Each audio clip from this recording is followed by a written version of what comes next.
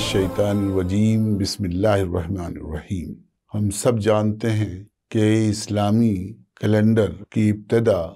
ہجری سے ہوتی اور اس کے پیچھے یہ فلسفہ ہے کہ رسول اللہ صلی اللہ علیہ وسلم کی زندگی میں ہجرت ایک لینڈ مارک کی حیثیت رکھتا ہے،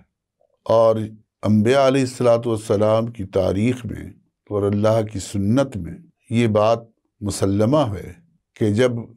اللہ کا رسول کسی آبادی میں اپنی دعوت اور حجت پوری کر دیتا ہے تو ہجرت کرتا ہے، اور جب اس کو ہجرت کا حکم آ جاتا ہے تو پھر اس آبادی پھر اللہ کی ایک خاص نصرت اس کے ساتھ آتی ہے، جس کے نتیجے میں اس قوم کو اللہ تعالیٰ یا تو آسمانی اور زمینی عذاب سے دوچار کر دیتا ہے اور پیغمبر کامیاب فتح یاب ہوتا ہے۔ رسول اللہ صلی اللہ علیہ وسلم کی 23 سالہ پیغمبرانہ زندگی میں جب آپ نے مکے میں 13 سال دعوت و تبلیغ کے ذریعے حجت پوری کر دی، اور اس کے باوجود اس سرزمین پر تحریک دعوت اسلامی اس طرح برگبار نہ لا سکی، اور وہاں کے تمام لوگ خاص طور سے قریش قبیلے کے آپ کے جان کے درپے ہو گئے، تو اللہ تعالیٰ کے حکم سے آپ نے ہجرت کی، اور پھر مدینے میں اسلام ایک دھڑکتا ہوا اسلامی تعلیم نے ایک معاشرہ وجود میں آ گیا، ایک زندہ معاشرہ، ایک ریاست کی قوت آپ کو حاصل ہوگی، اور اس کے بعد اسلام کا ایک دوسرا باب فتح، نصرت، کامیابی کا شروع ہوتا ہے۔ چنانچہ ہجرت گویا ایک لینڈ مارک کی حیثیت سے باقی رہے، جس کی یاد رہے، اور یہ حقیقت لوگوں کے سامنے رہے کہ یہاں کامیابی دراصل نصرت الہی کا دوسرا نام ہے۔ یہاں یہ دنیا میں یہ کسی ملک، کسی معاشرے اور سماج کو فتح کرنے کے لیے نہیں آیا ہے، بلکہ خدا کی دعوت کو، اس کے پیغام کو پورا کرنے کے لیے آیا ہے۔ چنانچہ جب یہ کام پورا ہو جاتا ہے تو نصرت خداوندی اب خاص شکل میں ظاہر ہوتی ہے اور کامیاب ہو جاتا ہے۔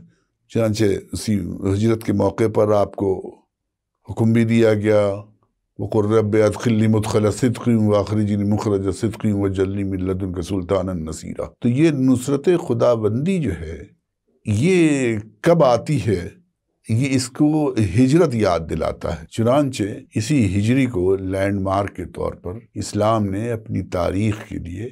ہمیشہ کے لیے اس ہجری کیلنڈر کو تاریخ طے کر لیا۔ تو جب بھی یہ ہجری شروع ہوتی ہے تو ہم کو یاد ہو جاتا ہے، اور یہ یاد دہانی کرتا ہے کہ یہ اسلام کا قافلہ کیسے چلا، اس کی دعوت کیسے شروع ہوئی، اور مکے سے مدینے میں جو ہجرت جس انداز سے آپ نے کی تھی، اس کے بعد نصرت و کامیابی کس طرح آپ کے قدم چومی اور اللہ کی مدد آئی، یہ ہم کو یاد دہانی۔ تو ہر سال یہ کیلنڈر جو ہے، یہ ہجری کا سال ہمیں اسلام کے پورے فلسفے کامیابی، دعوت، ہجرت، نصرت الہی کی سنت کو بالکل تازہ کر دیتا ہے۔ دوسری چیز یہ محرم الحرام ہے، تو اس پہلو سے محرم کے مہینے کی ایک دینی اور ایک مذہبی اہمیت اور ایک اس کی تاریخی اہمیت، تو ہجرت کے پہلو سے اس کی ایک اہمیت ہوئی کہ وہ ہم کو یاد دلاتی ہے یہ تاریخ، یہ سال 9 کہ دراصل اسلام کا قافلہ اور کارواں کیسے شروع ہوا، اور نصرت خداوندی اور فتح و کامرانی کا اصول کیا ہے، اس کے آداب کیا ہیں، اس میں اللہ کی نصرت کب آتی ہے، کس حال میں آتی ہے۔ اور دوسرا محرم الحرام کا مہینہ، رسول اللہ صلی اللہ علیہ وسلم کے بارے میں حدیث آتی ہے، ایک حضرت عائشہ صدیقہ رضی اللہ تعالیٰ عنہ سے بخاری کی حدیث ہے، اور ایک ابن عباس رضی اللہ تعالیٰ نے ان دونوں حدیثوں کو سامنے رکھیے تو اندازہ ہوتا ہے کہ قریش روزہ رکھتے تھے، عاشورہ کا روزہ رکھتے تھے۔ رسول اللہ صلی اللہ علیہ وسلم نے عاشورہ کا روزہ کے رکھنے کی ہدایت کی، لیکن جب رمضان کے روزے فرض ہوئے تو محرم الحرام کے روزے کو آپ نے نفل کر دیا۔ دوسری حدیث سے معلوم ہوتا ہے کہ جب آپ مدینہ تشریف لائے تو وہاں یہودی عاشورہ کا روزہ رکھتے تھے، تو رسول اللہ صلی اللہ علیہ وسلم نے پوچھا تم کس چیز کے روزے رکھتے ہو؟ تو انہوں نے بتایا کہ یہ موسیٰ علیہ السلام کو اللہ تعالیٰ نے فرعون پر فتح عطا کی۔ تو آپ نے کہا موسیٰ علیہ السلام کے رشتے سے تو ہم بھی اس کے حقدار ہیں، اور آپ نے یہ محرم الحرام کے عاشورے کے روزے کے سلسلے میں ہدایت فرمائی، اور یہ گویا اس کی روزے کی فضیلت اور اس کی برکت کے سلسلے میں امت کو ہدایت۔ البتہ آپ نے یہ بھی فرمایا کہ ان سے الگ ہونے کے لیے تھوڑا ایک امتیاز رہے، مشابہت اس حیثیت سے نہ ہو، تو وہ عاشورہ کا روزہ رکھتے ہیں، ایک روزہ رکھتے ہیں، تم 2 روزے رکھو۔ اسی لیے مسلمان یا تو 9 اور 10 کے روزے رکھتے ہیں یا 10 11 کے روزے رکھتے ہیں۔ یہاں بھی ہجرت بھی یاد دلاتی ہے کامیابی کی، اور عاشورے کے روزے کا جو تاریخی پس منظر ہے وہ بھی یاد دلاتا ہے موسیٰ علیہ السلام کو کس طرح اللہ تعالیٰ نے فتح مندی اور کامرانی نصیب فرمائی۔ تو اس طرح گویا ہجری کی ابتدا، ہجری سے کیلنڈر کی شروع ہونا اور محرم الحرام کے عاشورہ، یہ دونوں چیزیں نصرت خداوندی کی ایک پوری تاریخ سے، حق و باطل کی کشمکش کی پوری ایک تاریخ کو یاد دلا دیتی ہے۔ نیز اس سے یہ بھی اندازہ ہوتا ہے کہ اسلام کی تاریخ محمد الرسول اللہ صلی اللہ علیہ وسلم سے امت مسلمہ کی تاریخ تو شروع ہوتی ہے، لیکن اسلام کی تاریخ آدم علیہ السلام سے بہت پہلے سے شروع ہوتی ہے۔ چنانچہ آپ نے فرمایا نبوت کے رشتے سے تو ہمارے بھائی ہیں، تو ہم اس کے زیادہ حقدار ہیں۔ تو گویا مذاہب کی جو اچھی باتیں ہیں اس کو اختیار کرنے میں رسول اللہ صلی اللہ علیہ وسلم نے جس کشادہ دلی اور جس وسعت کا مظاہرہ کیا، اس سے بھی اس دین کے مزاج پر روشنی پڑتی ہے۔ ظاہر ہے ایک شارع کی حیثیت سے، لیکن یہ اندازہ ضرور ہوتا ہے کہ اسلام انبیاء علیہ السلام اور دوسرے مذاہب کے، آپ اندازہ کیجئے مدینے میں جو یہودی روزہ رکھتے ہوں گے، تو اگر تنگی ہوتی،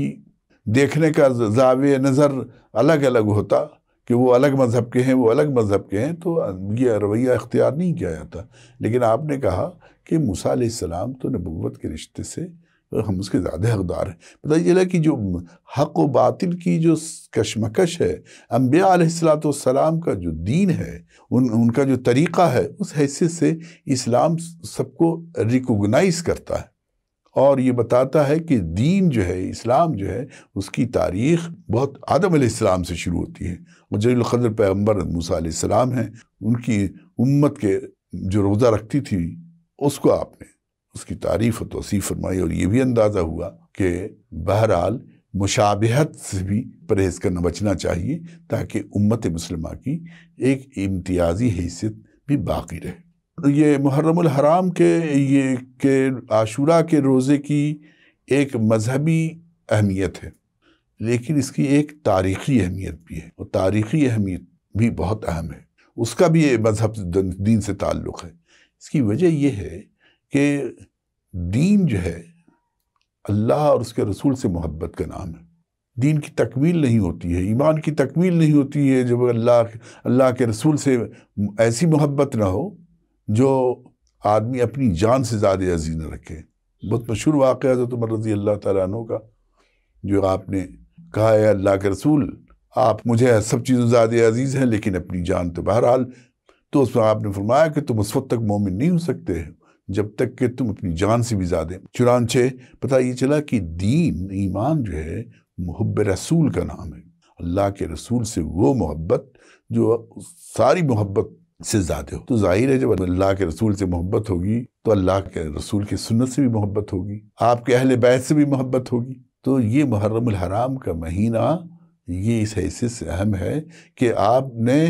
جو نظام قائم کیا تھا، نظام خلافت، اس پر جو زر پڑی ہے مسلم تاریخ میں، محرم الحرام کے مہینے میں امام حسین اور یزید کی جو کشمکش ہے، حضرت امیر معاویہ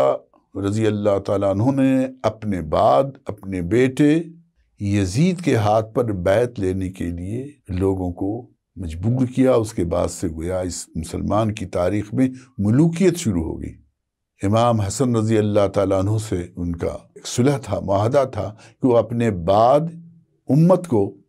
اس طریقے کے لیے چھوڑ دیں گے جس طریقے پر رسول اللہ صلی اللہ علیہ وسلم نے چھوڑا ہے، کہ وہ باہم مشورے سے اپنا امیر منتخب کریں، یا جس طرح حضرت ابوبکر صدیق رضی اللہ تعالیٰ عنہ یا حضرت عمر رضی اللہ تعالیٰ عنہ چھوڑا، لیکن انہوں نے اپنے بعد یزید کے ہاتھ پر بیعت کے لیے لوگوں کو مجبور کیا۔ چنانچہ اس سلسلے میں امام حسین رضی اللہ تعالیٰ عنہ نے غیر اسلامی طریقے کے خلاف بیعت کرنے سے انکار کیا، اور اس کے نتیجے میں کربلا کا ایک عظیم الشان حادثہ اور واقعہ، تاریخی واقعہ ہوا، جس میں اہل بیت کے ساتھ امام حسین رضی اللہ تعالیٰ عنہ اور ان کے ساتھ جو افراد تھے سب شہید کر دیے گئے۔ یہ بہت دردناک، عظیم الشان، اس حیثیت سے عظیم دردناک واقعہ تاریخ کا ہے کہ یہ اس نے خلافت کی اس دیوار کو، ان قدروں کو جن قدروں پر اسلام نظام حکومت قائم کرتا ہے، ان قدروں کو ڈھا دینے کے خلاف امام حسین رضی اللہ تعالیٰ نے کی یہ جد و جہد شروع ہوئی، اور ان کو بالآخر شہید کر دیا گیا۔ اور اس کے بعد امت میں خلافت کی دیوار کج رہی، سیدھا کرنے کی، درست کرنے کی کوششیں ہوئی، لیکن آج تک اس درد اور اس کرب سے امت تڑپ رہی۔ چنانچہ عاشورہ کا روزے کے ساتھ تاریخ کا یہ واقعہ ہمارے زخم کو، درد کو، حادثے کو، کربلا کے اس واقعے کو تازہ کرتا ہے۔ اور یہ تازہ کرنا محض ایک رسمی چیز نہیں ہے، بلکہ اس کی پوری تاریخ، اس حیثیت سے یہ پوری تاریخ امت میں زندہ اور باقی رہتی اور رہنی بھی چاہیے۔ اس موقع پر بجائے جو رسمیات بجا لائی جاتی ہے، اس کے بجائے، ان رسمیات کے بجائے نئی نسل کو، عام مسلمانوں کو، تمام لوگوں کو تاریخ خلافت و ملوکیت کی جو تاریخ ہے امت کا جو نظام تغلب ہے، امت کا جو نظام سیاست ہے، اس کی صحیح تعلیم کرنی چاہیے، عام نشستیں کرنی چاہیے۔ اس واقعے میں جو بعض انتہا پسندی ہے، اس کی وجہ سے اختلافات، ان سب کو روشنی میں اعتدال کے ساتھ مسلمانوں کو ایجوکیٹ کریں کہ یہ کربلا کا واقعہ کیا ہے، یہ حادثہ کیوں پیش آیا، اور اس معاملے میں صحیح رائے قائم کس طرح کرنی چاہیے۔ بہت اچھی کتاب خلافت و ملوکیت مولانا مودودی رحمۃ اللہ علیہ نے لکھی ہے۔ وہ اور بھی بہت سے لوگوں نے بہت سی کتابیں لکھی ہیں، لیکن آج کے دور میں ضرورت اس بات کی ہے کہ شہادت امام حسین کے واقعے کو صحیح تاریخی پرسپیکٹیو میں، دینی تعلیم کی روشنی میں لوگوں کو بتانا چاہیے، اور جو شیعہ سنی کے درمیان اس سلسلے میں اختلاف برپا ہے، اس اختلاف کو بھی دور کرنا چاہیے۔ کون ہے مسلمان جو اہل بیت سے محبت نہیں کرتا اور اس واقعے کربلا پر اس کا دل نہیں روتا ہے؟ لیکن بجائے یہ کہ آدمی اختلافات اور مسلکی اختلافات چکر پڑے، ضرورت اس بات کی ہے کہ جو مشن تھا امام حسین کا، جو رسول اللہ صلی اللہ علیہ وسلم نے جو نظام حیات قائم کیا تھا، جو نظام خلافت قائم کیا تھا، اس کا صحیح درک، اس کے صحیح اصول و تعلیم کو جانا جائے، بتایا جائے، اور کوشش کی جائے کہ دنیا میں امن، عدل، سچی جمہوریت، انصاف کس طرح قائم ہو، جو اسلام نے قائم کیا، اس کی کوشش کرنی چاہیے۔ امام حسین رضی اللہ تعالیٰ عنہ کو اگر نذران عقیدت پیش کیا جا سکتا ہے تو اس کا سب سے بہترین طریقہ یہ ہے کہ اس مشن کو، اس نظام عدالت کو، اس خلافت کو قائم کرنے کی جد و جہد اور کوشش کی جائے، اور لوگوں کو بتایا جائے کہ اسی طرح دنیا میں امن انصاف قائم کی ہو سکتا ہے۔ ملوکیت، ڈکٹیٹرشپ، بادشاہت، ایک قوم پر دوسرے قوم کا غلبہ اور اقتدار، یہ سارے نظام حکومت جو ہے غلط ہیں۔ حقیقی امن، مساوات، آزادی، مشاورت، جمہوریت اگر قائم ہو سکتی ہے، اور بنی نوع انسان کی عظمت قائم ہو سکتی ہے، فرد کی عظمت آزادی قائم ہو سکتی ہے، تو اسی طریقے میں جو نبوی طریقہ، جو محمد رسول اللہ صلی اللہ علیہ وسلم نے جو طریقہ بتایا ہے، اسی طریقے پہ چل کر کے تو محرم الحرام کا یہ مہینہ ہجری کو، ہجرت کو، موسیٰ علیہ السلام اور فرعون کی کشمکش میں فرعون کی شکست کو، محرم الحرام کا یہ مہینہ واقع کربلا کو، اور واقع کربلا کے پس منظر میں جتنے حادثات و واقعات ہیں سب کی یاد کو تازہ کرتا ہے، اور امت کو ایک نئی روحانی تازگی، اخلاقی عظمت و مضبوطی عطا کرتا ہے۔ یہی اس مہینے کی، اس عاشورے کی، محرم الحرام کی یہ اہمیت ہے۔ وآخر دعوانا الحمدللہ رب العالمین۔